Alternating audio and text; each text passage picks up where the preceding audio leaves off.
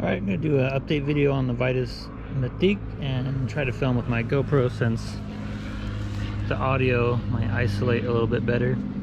So I've been riding it for over a month now or so, and I have some like changes to the stuff I said in my first video. I got the grips off literally that night. The reason I was struggling to get them off is just because it was super hot in like the middle of summer and the rubber was just stuck on the bar. So just waiting till night when it was colder, I just popped them right off and put these on.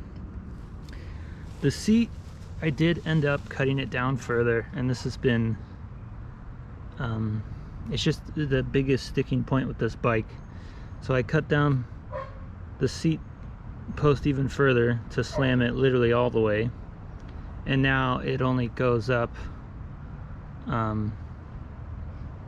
you know, it's about an inch lower than what my pedal stroke is, so my heel is dipping way down when I am pedaling full up with the seat up.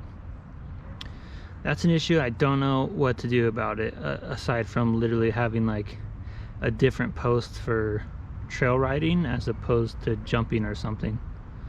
But yeah, this tube design and the tower, like, it's just not great, but not the biggest issue. I did convert to tubeless really recently in the last video.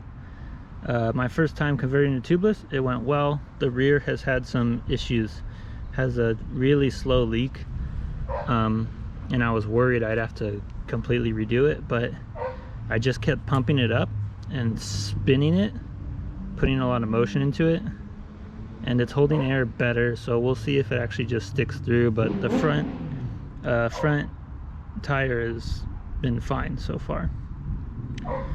And then the other issue that I feel like I've been having is the suspension. I had mentioned that it felt sticky out the box, like really sticky, and I've been riding it a ton and it hasn't really gotten better. I've taken air out and softened the suspension, which helps a little bit, but you still feel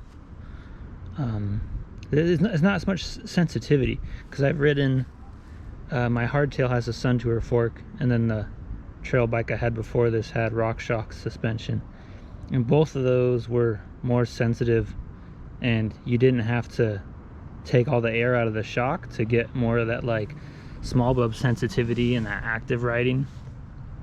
I like to run firmer pressure, and it makes these suspension like even more harsh than they already are. So I end up having to let some out, and then I have just a really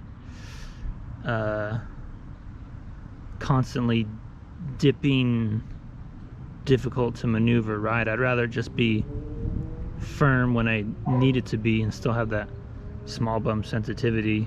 But just going down the trail, I mean, I almost feel like I'm on a hardtail with how I like to keep my suspension. So that's unfortunate. That could be like a long-term upgrade if need be. Just get some legit suspension on there. Everything else has been fine. I've been progressing a lot on this bike and enjoying it, as you've seen in the videos, and I still recommend it. I don't see any other options that are putting this bike out of the best budget option so far. Polygon's bike is good and arguably a better trail bike, but Vitus just re-released this bike. I think that might have been after I made my video. It must have been after I made my video, because I bought this as like one of their last stock. And they re-released it with a dropper. Not sure if they did any other changes, but they put a dropper on it, so that just makes it an even better competitor to Polygon's $1,600 option. That was like really good trail bike design, came with a dropper, but now that the new Mythique comes with a dropper, I just don't really see anybody touching it for that $1,500 range. But you still do have those shortcomings, depending on what you're looking for in terms of the suspension quality and sensitivity, and the seat tube design, and how you want to run a dropper. I'm still running rigid. I can't imagine I'll go to dropper considering some of the issues this has, but we'll see. If I can find one that actually fits perfectly into here and is able to slam, maybe I'll be interested. But obviously the dropper is not going to slam like that. It has to have at least like another inch of actuation for the outer sleeve and then the inner stanchion.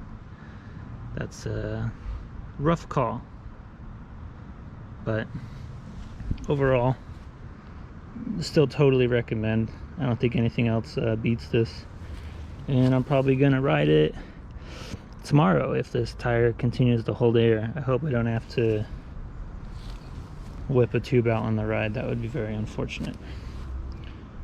So stay tuned for that, I guess. All right, thanks guys, bye.